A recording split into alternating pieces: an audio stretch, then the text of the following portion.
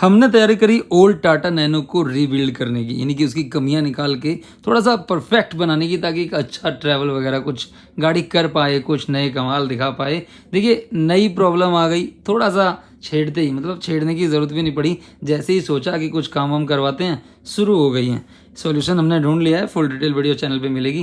Problem क्या है वो आप देखो, क्या हुआ इसके अंदर। देखिए एक साइड से जो नीचे का चिमटा होता है ना, पता नहीं कैसे, मतलब आवाज़ तो आ रही थी नीचे, लेकिन जब चेक किया तो देखिए चिमटा जो है वो गया टूट।